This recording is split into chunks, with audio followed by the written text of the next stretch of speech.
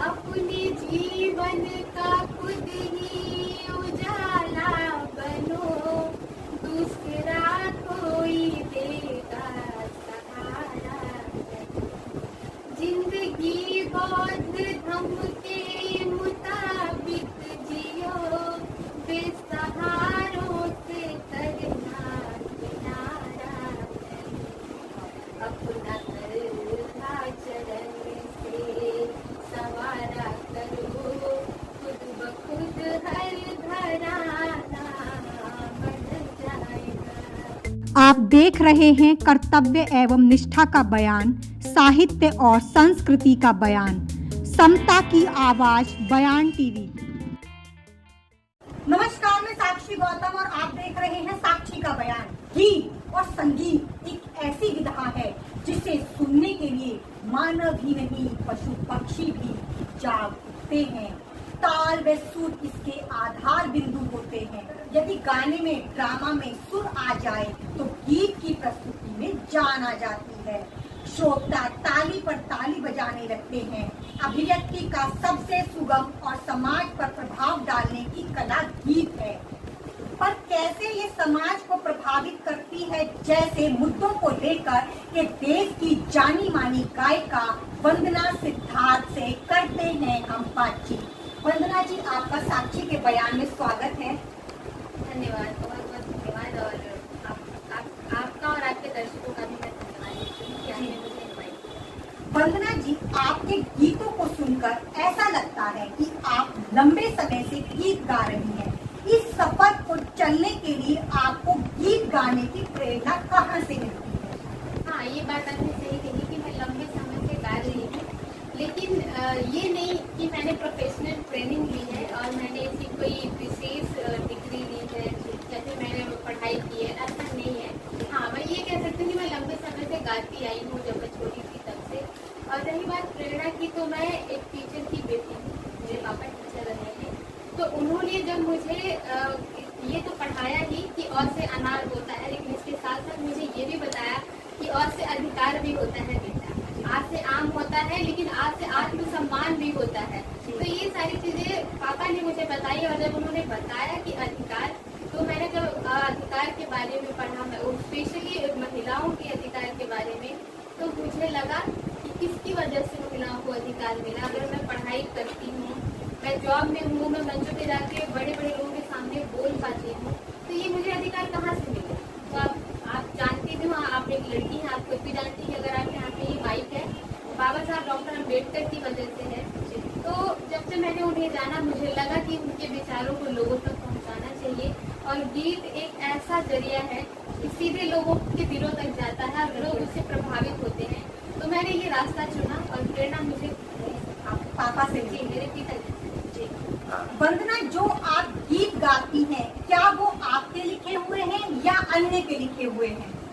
नहीं, वो ज्यादातर तो मेरे पापा ने लिखे हैं और मैं भी लिखती थी। पापा ने शुरुआत की थी जब मैं बहुत छोटी थी, तो पापा लिखते थे और मुझे उसके लिए ट्रेनिंग देते थे गाने के लिए और मुझे मंचों पे ले जाके खड़ा कर देते थे।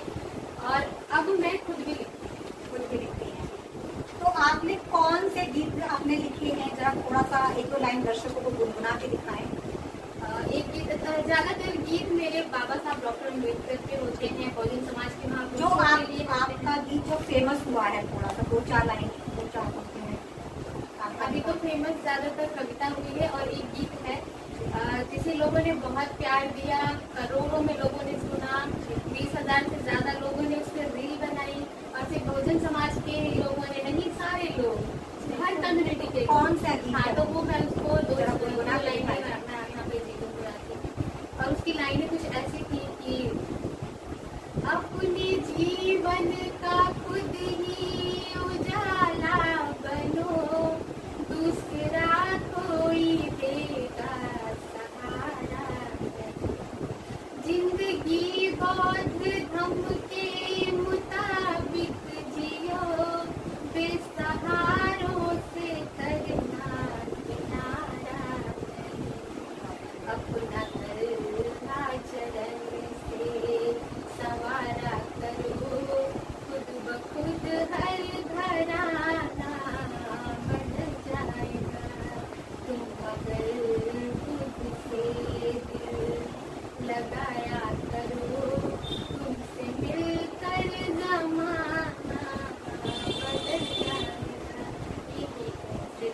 वंदना, क्या आपने गीत व धुन के बारे में कोई विशेष प्रशिक्षण भी लिया है? नहीं, मैंने कोई इस चीज़ की ट्रेनिंग कभी नहीं ली है। जी। मैंने जो सीखा है खुद से ही सीखा है, सुन के सीखा है। मेरे कई सारे फेवरेट सिंगर रहे हैं जिनको सुन सुन के मैंने गाने के सुर और ये सारी चीज़ें सीखी, कैसे गाते हैं, गानों में किस तरीके के गाने होते हैं तो उसमें किस तरीके के भाव से गाते हैं, इतना मैंने सीखा है। बाकी एज ए सिंगर मैंने कभी कोई ट्रेनिंग नहीं। Okay okay. वंदना, आपकी पढ़ाई लिखाई कहाँ से प्रारंभ हुई और कहाँ तक पहुँची? क्योंकि आप एक इलेक्ट्रिकल इंजीनियर हैं, तो फिर गीतों की दुनिया में आपका सफर कैसे बढ़ा और क्या कारण इसका रहा? कारण तो सफर यहाँ से शुरुआत हुआ कि मैंने बताया कि जब मैं छोटी थी तभी से मुझे शौक था और आवाज़ अच्छी होने की वजह से लोग काफ़ी पसंद करते थे। जब मैं मंचों से गाती थी, पापा लिखते थे और मैं गाती थी, तो लोगों ने बहुत ज़्यादा पसंद किया, बहुत अप्रिशिएट करते थे और पापा भी मेरे खुद चाहते थे कि मैं गाऊँ। तो वहाँ से तो पहले तो मुझे शौक था सिंगिंग का, लेकिन मैंने इसमें कोई ट्रेनिंग नहीं ली और जब मैंने 2014 में मेरा एडमिशन हो गया इलेक्ट्रिकल इंजीनियरिंग, हाँ इलेक्ट्रिकल इंजीनियरिंग के लिए मेरा बीटेक में मैंने एडमिशन लिया, तो थोड़ा सा वो लीप रहा, लेकिन उसके बाद मैंने फिर से स्टार्ट किया।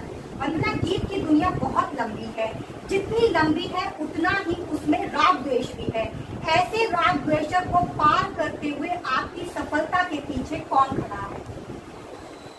मैं फिर वही कहूँगी, मेरी सफलता के पीछे तो सबसे पहले मेरी फैमिली मेरे साथ है और मेरे बहुत सारे ऐसे दोस्त भी रहे हैं, मेरे टीचर और बहुजन समाज के लोग जो मुझे इतना प्यार करते हैं और हमारे महापुरुषों का आशीर्वाद। मैं इन्हीं लोगों को देना चाहूँगी इसका क्रेडिट और थोड़ी बहुत मेरी मेहनत।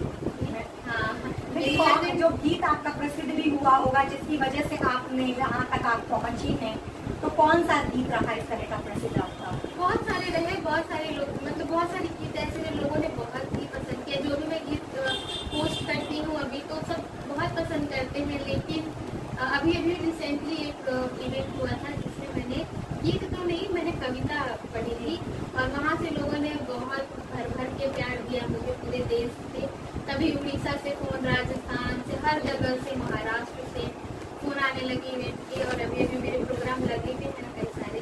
तो वो कविता थी वहाँ पे और एक कविता थी जिसकी लाइन बड़ी ही फेमस थी, तो वो मैं वो सुनाती हूँ कि हम भीम की औलाद हैं सम्मान के लिए, हम भीम की औलाद हैं सम्मान के लिए, हम जान भी दे जाएंगे संविधान के लिए और ऐसा नहीं हमारी ही बस जान जाएगी, घटना फिर कोरेगांव की दोहराई जाएगी।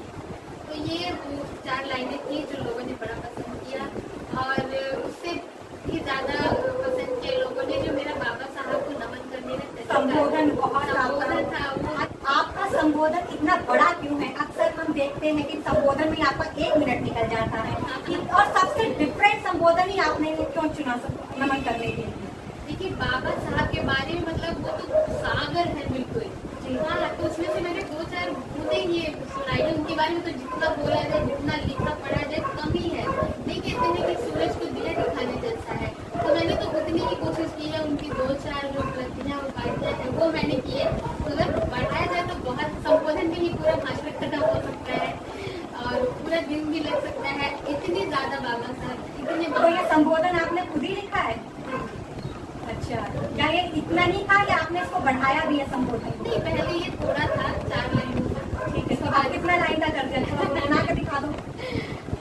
वो कुछ ऐसा था कि बहुजन के विधाता, हम सबके मुक्तिदाता, वंचितों के ढाल, ज्ञान का विशाल, नारी विचारक, समाज सुधारक, इतिहास के पाठी, किताबों के साथी, लीडर निर्भीक, धैर्यवान, उच्च कोटि के विद्वान, symbol of knowledge, leader of गोल्डेज, अर्थशास्त्र के जानकार, महान शिल्पकार, मनुस्मृति के नासक, बुद्धि के उपासक, जातीयता के बैरी, इंसानियत के प्रहरी, वर्तमान और भविष्य की आवाज, विश्व के सरताज, कानून के ज्ञाता, संविधान निर्माता, बाबा साहब अम्बेडकर, तुम्हारे वंदना, सिद्धार्थ और। अच्छा वंदना, वर्तमान दुनिया में गीत गाना जितना आसान है उतना ही उसकी धुन बनाना। गीत में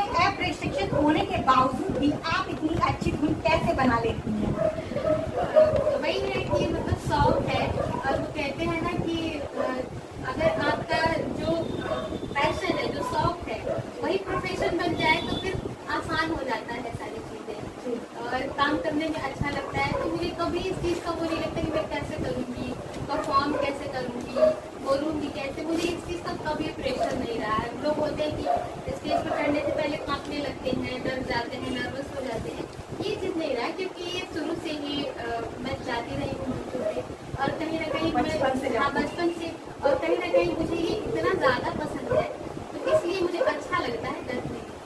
अभी आपने वंदना महिलाओं पर बात कर दी, तो क्या आपने महिलाओं के उपलक्ष्य में भी कोई गीत गाया है या लिखा है? हाँ बिल्कुल, मेरे गीतों में महिलाओं की बात होती है, शोषित वंचितों दलितों की बात होती है, और गरीबों की बात होती है, जिनके अत्याचार होता है उनकी बात होती है, बेसिक मुद्दों पे बातें होती है जो मेरे गीतों में आप सुन सकते हैं। और महिलाओं के लिए मैंने काफी सारे गीतों में ऐड किया हुआ है, जैसे कि अभी मैंने रिसेंटली एक वीडियो पोस्ट की थी और एक इंटरव्यू में मैंने बोला था कि वो बाबा साहब के लिए जब मैंने वो गीत लिखा था तो उसमें एक लाइन है कि समझा हरदम जमाने में पैरों की धूल नारी को, कभी झोंका था अग्नि में दिया बनवास बेचारी। तो ये उस गीत की 20वीं कड़ियाँ है। तो महिलाओं के लिए था कि कभी सती प्रथा के नाम पे, कभी किसी चीज के लिए, तो हमेशा महिलाओं को गुलाम ही बनाया गया है। तो वो बाबा साहब की देन मुझे वहाँ से। वंदना, आपके गीत में संदेश भी है और आंदोलन भी, जो बहुजन आंदोलन के लिए बहुत ही आवश्यक है। ऐसी स्थिति में आप एक इलेक्ट्रिकल इंजीनियर होने के नाते हिंदी के शब्दों का चयन कैसे करती हैं? देखिए, पहले तो जहाँ मैं रहती हूँ, हमारी मातृभूमि, तो वहाँ का थोड़ा सा लैंग्वेज है भी ऐसा शुद्ध हिंदी वाला। और मैंने बताया ना कि मैं टीचर की बेटी हूँ तो इस चीज नहीं, आपने जो टीचर की बेटी कहा तो वहाँ से टीचर की जरूरी नहीं है वो सब निकल करके आए। हाँ, तो इस तरीके से उन्होंने मुझे ट्रेनिंग दी है। और शब्दों का चयन तो ठीक है, वो हम इतने पढ़े लिखे जब हो जाते हैं, जब हम थोड़े से शिक्षित हो जाते हैं तो हमें खुद ही पता चलता है कि हाँ कौन सा शब्द सही है, कौन सा नहीं सही है। इस चीज का हम अनुमान लगा सकते हैं। आजकल होता है कि गाने होते हैं लेकिन उनका सिर पैर नहीं होता है, क्या कहना चाह रहे हैं, क्या मकसद है, उसमें संदेश क्या देना चाह रहे हैं। कभी मिलता है, उसमें कड़ियाँ मिलती है, कभी नहीं मिलती है। तो इन सारी चीज़ों का ध्यान रखना होता है और मैंने शुरू से ही रखा है। पहले तो होता है कि मैं एक अच्छा गायक होने से पहले मैं सुनना पसंद करती हूँ कि हम गाने सुनते हैं जो फिर हम उससे अंदाजा लगाते हैं कि इसमें क्या खराबी है, क्या अच्छाई है और क्या विशेषता है। तो वहाँ से हमें चीज़ें समझ में आती है कि हमें खुद कैसे करना चाहिए, किन शब्दों का चयन करना चाहिए, क्या नहीं होना चाहिए, क्या होना चाहिए। वंदना, आज आप युवाओं को गीतों के माध्यम से क्या संदेश देना चाहती हैं? एज अ वुमेन मैं ज़्यादातर महिलाओं की भी बात करती हूँ, तो जाते जाते मैं महिलाओं से ये कहना चाहूँगी कि ऐ मेरी माताओं बहनों, घूंघट से तुम बाहर आओ, सावित्री अगर बन न सको तो रमाबाई बनकर दिखलाओ, पत्नी होकर के जो पति को लंदन तक पढ़ने भेज दिया, एक एक उपले से तुम्हारे सारे अधिकार सहेज दिया।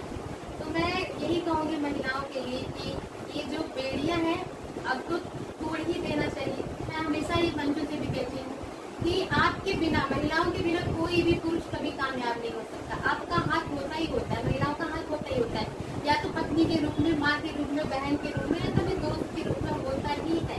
अगर बाबा साहब अम्बेडकर बन पाए तो उनके पीछे रमाबाई अम्बेडकर, माता रमाबाई अम्बेडकर का हाथ था।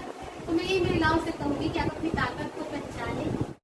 साथियों, ये थी हमारे साथ में वंदना सिद्धार्थ, जो कि बुद्ध की धरती से आती हैं और अभी जो हमने गीतों पर इनसे विस्तार पूर्वक चर्चा करी। अपने अधिकारों को पहचानो। जब तक आप अपने अधिकारों को नहीं पहचानोगे तब तक आप आगे नहीं आ पाओगे, क्योंकि एक परिवार की नींव या समाज की नींव एक महिला होती है। अगर महिला शिक्षित होगी तो पूरा परिवार शिक्षित होगा। आपको हमारी ये गीतों पर चर्चा कैसी लगी हमें नीचे दिए गए कमेंट बॉक्स में लिखकर जरूर बताएं। मिलते हैं फिर हम एक इसी तरह की नई चर्चा के साथ। तब तक के लिए आप मुझे दीजिए इजाजत।